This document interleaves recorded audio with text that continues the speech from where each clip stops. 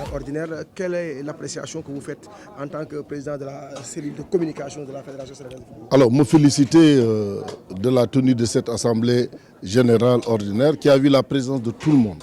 Hein. On a eu un taux de participation de plus de 95%, ce qui signifie que les gens s'intéressent au football au Sénégal et les clubs ont répondu favorablement à l'appel de la fédération. C'est tout heureux et ça a été un moment fort de la vie de nos clubs, je veux dire, parce que la fédération, c'est l'ensemble des clubs et des autres acteurs, les mouvements associés.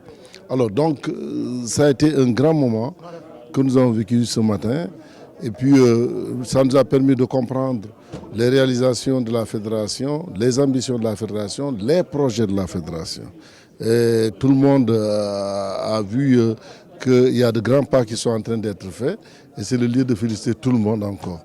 Et au niveau financier aussi, vous avez vu, nous avons fait le bilan financier qui est sorti avec un solde difficile, hein, vraiment, parce que du fait que nous sommes restés, quand nous n'avons pas eu de performances en Afrique ou en Coupe du Monde, cela dégaine encore davantage sur les résultats financiers. Mais que cela ne tienne, ça a été un bilan qui a été adopté, approuvé, parce que comme le dit le commissaire au compte, le bilan ne souffre d'aucune contestation ou d'aucun amendement significatif.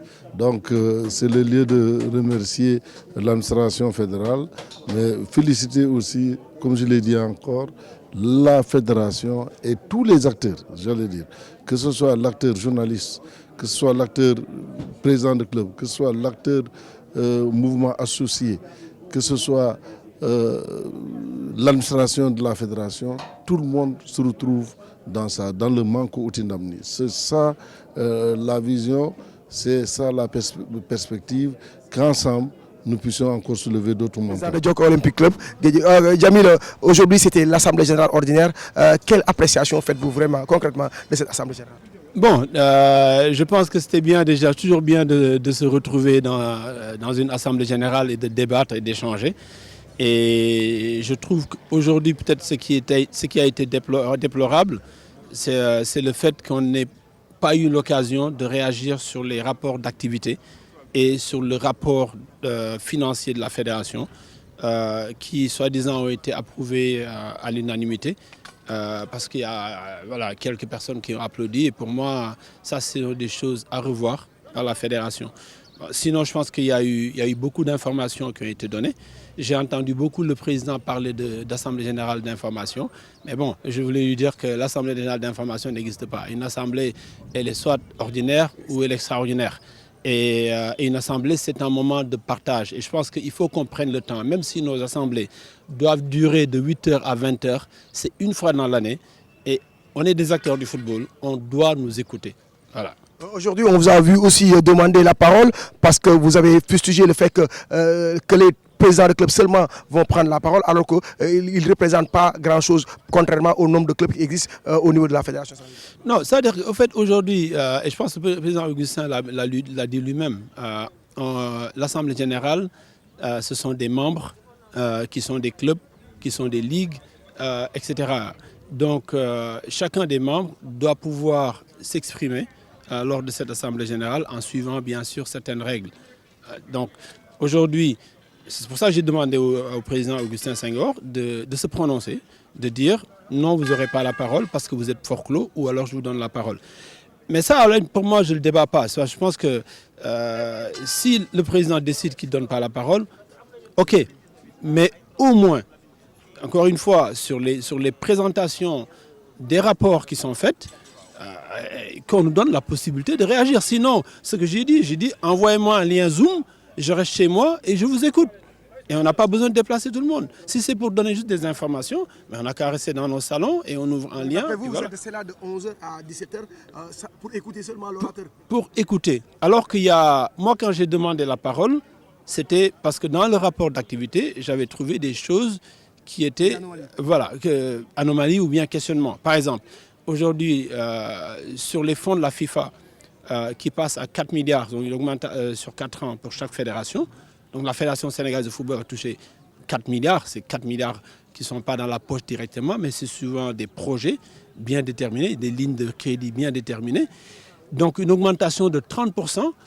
Et aujourd'hui, moi j'ai une baisse pratiquement de 40% sur la subvention que je reçois de la fédération. Donc je voulais demander au président Augustin Senghor qui m'explique qu'est-ce qui fait qu'on ait cette baisse-là.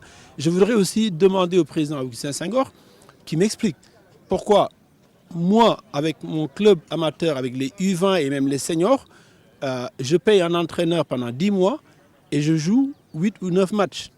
C'est pas possible. On a un joueur chez nous qui a été meilleur buteur, meilleur joueur, meilleur passeur. Mais quand vous regardez les statistiques, on vous dit qu'il a fait 12 matchs, vous êtes recruteur, vous dites, bon, laisse tomber. Il n'a pas le ratio. Il n'a pas le ratio. Donc, ce sont ces choses sur lesquelles on doit être écouté pour que le football soit bénéfique pour tout le monde. Aujourd'hui, vous êtes membre d'un collectif des clubs amateurs et donc on dit que vous êtes candidat à l'élection 2020. Alors, je vais vous faire un scoop. Peut-être que je ne devrais pas le dire. Voilà, je vais vous faire un scoop.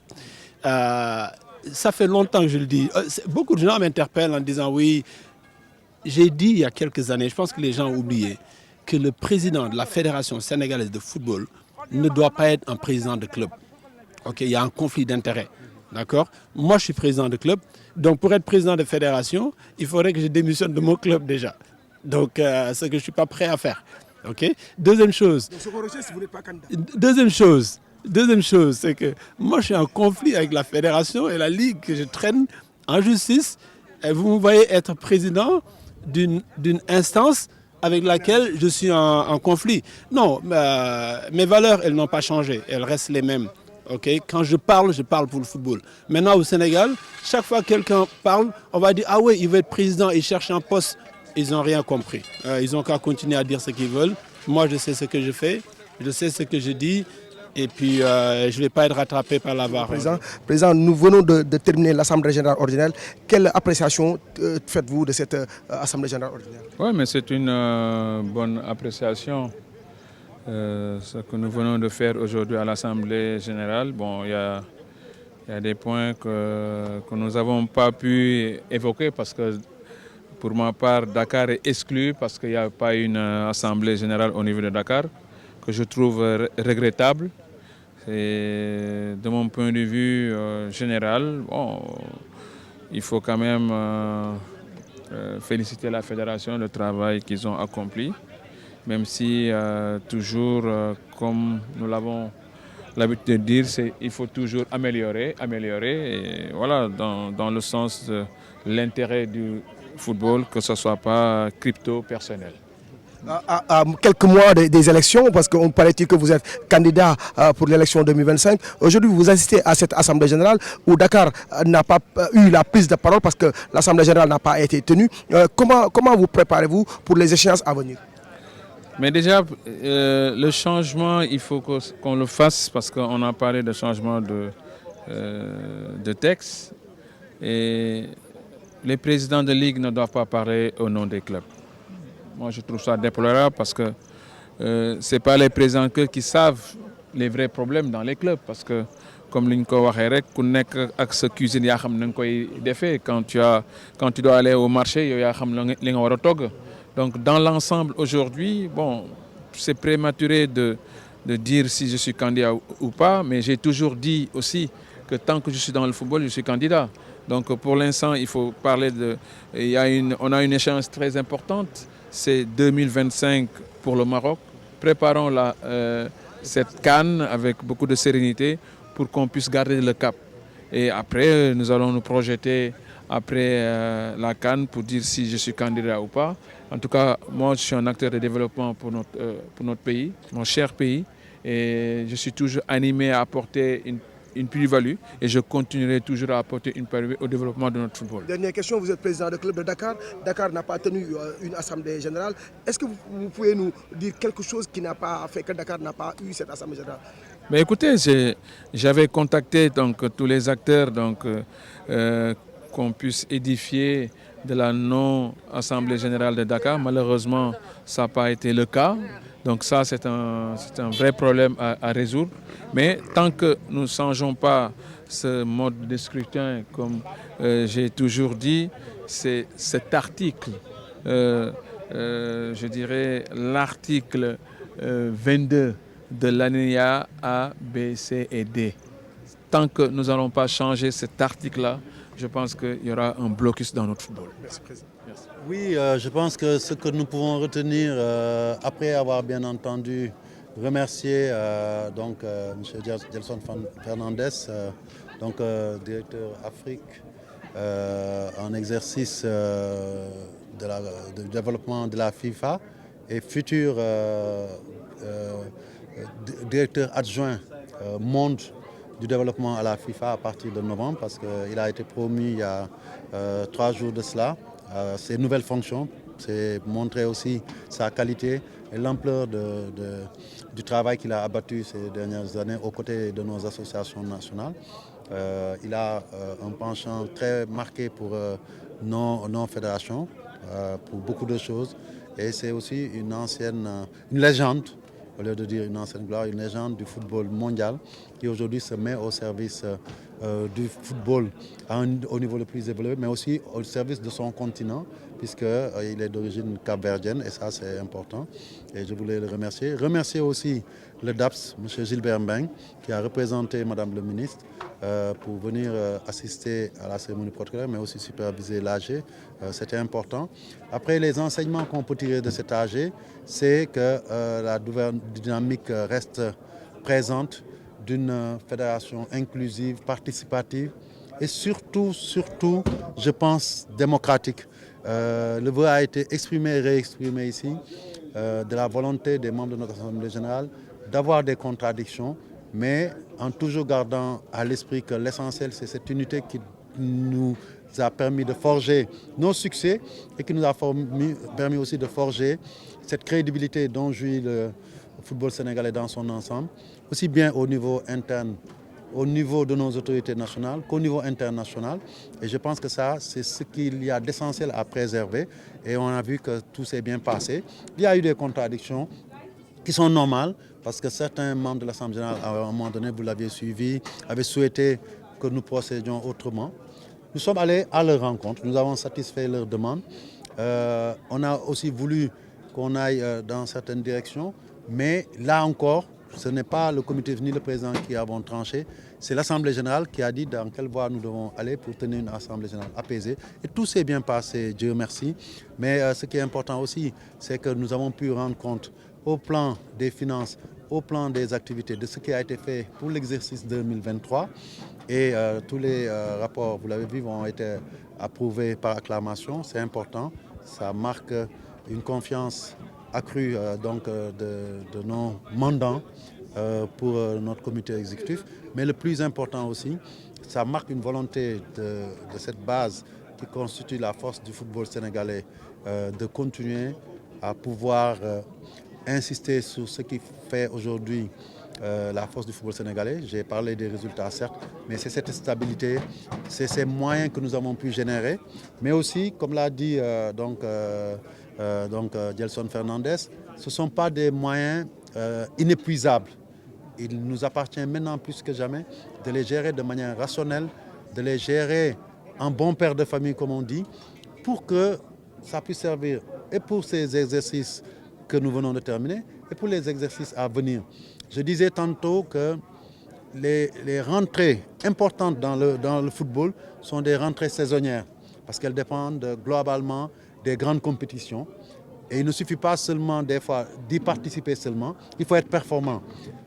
En dehors de pouvoir avoir des trophées, les Sénégalais doivent comprendre que pour pouvoir continuer à bénéficier de rentrées et avoir au moins une autonomie de plus en plus marquée financièrement du football, il nous faut continuer à être présent dans les grandes compétitions, qu'elles soient continentales, qu'elles soient mondiales, mais aussi à être performant. Aujourd'hui, l'objectif pour nous mettre en sécurité financièrement, constituer des réserves suffisantes pour maintenant et pour le futur, il nous faut quand même impérativement continuer à gagner. Et ça ne peut se construire que dans l'unité des cœurs. Malgré des fois des divergences, nous devons rester un et unis.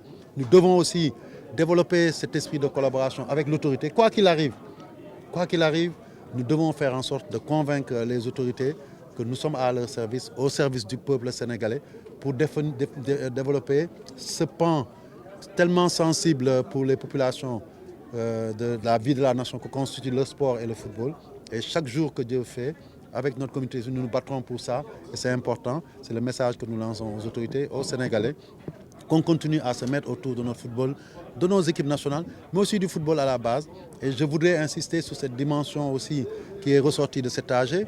On sait qu'aujourd'hui, au-delà de jouer des tournois, de préparer nos équipes, d'avoir des centres, nous participons, nous contribuons dans la mesure de nos moyens à doter certaines régions défavorisées d'infrastructures comme des terrains synthétiques. Dakar, qui n'est pas une région défavorisée, mais quand même qui a un stade mythique qu'il fallait rénover. Et c'est là l'occasion encore de réitérer nos remerciements à la FIFA. Le président Gianni a compris les enjeux. Il a accepté de mettre des fonds qui ont déjà été mis à disposition et injectés, et même de mettre sur le prochain programme 4.0. Je ne dis pas n'importe quoi, je pense bien que c'est 4.0. Donc d'autres fonds pour pouvoir finaliser ce stade dans sa première phase, dans les meilleurs délais. Et certainement, nous sommes là en train de visiter les infrastructures. D'autres projets pourront être faits par la FIFA, non pas seulement pour le Sénégal, mais aussi dans d'autres associations nationales du continent. Et globalement, je dirais qu'aujourd'hui, ce qu'il importe de retenir, c'est que nous avons terminé le 3e exercice de ce mandat de 4 ans. Nous aurons une assemblée générale bientôt en début d'année pour, je dirais, l'an 4 du mandat, avant de terminer par les élections. Et je pense que cette ambiance qui a prévalu ici est de bon augure pour la suite. Quoi qu'il arrive, quels que soient les candidats, qu'on puisse aller en août prochain vers des élections apaisées, que la famille du football choisisse les dirigeants en qui il a placé sa confiance et surtout que les acquis que nous avons construits ensemble restent, quelle que soit l'équipe qui est en place. C'est ça le plus important et le plus déterminant. Et c'est sur ça, je pense que je peux terminer mon propos avec des remerciements aussi appuyés à la presse. Vous avez passé la journée ici. Très souvent aussi, vous êtes là pour tirer la sonnette d'alarme, pour alerter. Vous êtes dans votre rôle. Et comme j'ai toujours l'habitude de le dire au président Ablaye Thiam, je dis que nous avons la chance d'avoir la presse la plus passionnée de son football du continent entier, voire du monde entier. Merci à vous tous.